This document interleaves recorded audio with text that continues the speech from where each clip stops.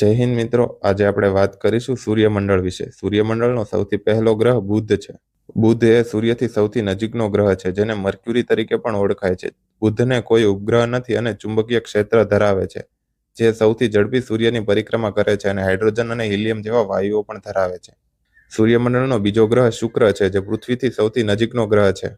આ ગ્રહ ઉપર કાર્બન ડાયોક્સાઇડનું પ્રમાણ વધુ હોવાથી તે ગરમીનું શોષણ કરે છે, જેથી આ ગ્રહ સૌથી ગરમ ગ્રહ છે. આ ગ્રહને પ્રાતઃકાળ અને સંધ્યાકાળના તારા તરીકે ઓળખાય છે. આ ગ્રહ પૃથ્વીનો જોડિયો ગ્રહ છે અને સૌથી લાંબા દિવસ રાત આ જ ગ્રહ ઉપર થાય છે.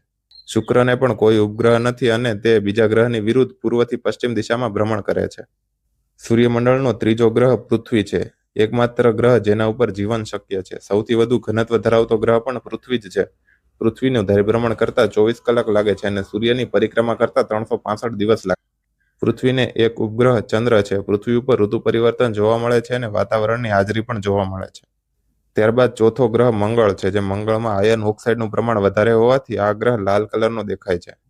આ ગ્રહ ઉપર પણ પૃથ્વીની જેમ ઋતુ પરિવર્તન જોવા મળે છે. અહીં કાર્બન ડાયોક્સાઇડના બરફની ચાદર જોવા મળે છે.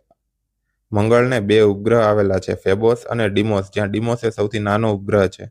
આ જ ગ્રહ ઉપર સૂર્યમંડળના સૌથી મોટો પર્વત નિક્સ ઓલિમ્પિયા અને સૌથી મોટો જ્વાળામુખી ઓલિમ્પિક્સ મોન્સ આવેલો છે અને ભારતે 2014માં મંગળયાન મિશન લોન્ચ કર્યું હતું. મંગળ પછીનો ગ્રહ ગુરુ છે, જે સૌથી મોટો ગ્રહ છે અને સૌથી વધુ ગુરુત્વાકર્ષણ ધરાવે છે.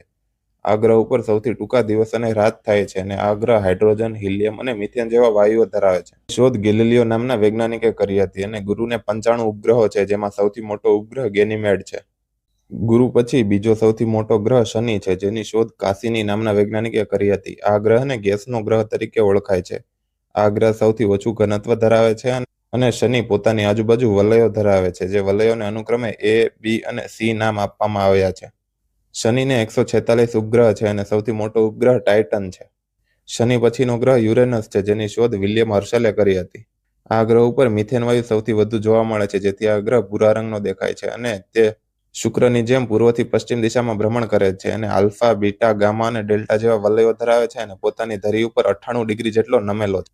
અને સૂર્યમંડળનો સૌથી છેલ્લો ગ્રહ નેપચ્યુન છે, જેની શોધ જ્હોન ગાલેએ કરી હતી. આ ગ્રહ લીલા રંગનો છે અને સૌથી ઠંડો ગ્રહ છે. આ ગ્રહ ઉપર ઋતુ પરિવર્તન જોવા મળે છે, જેને 16 ઉપગ્રહ છે. અને સૌથી છેલ્લે પ્લુટો, જેને 2006થી ગ્રહની માન્યતા રદ કરવામાં આવી હતી. જ્યારે ગુરુ અને મંગળ વચ્ચે એક લઘુગ્રહોનો પટ્ટો પણ જોવા મળે છે.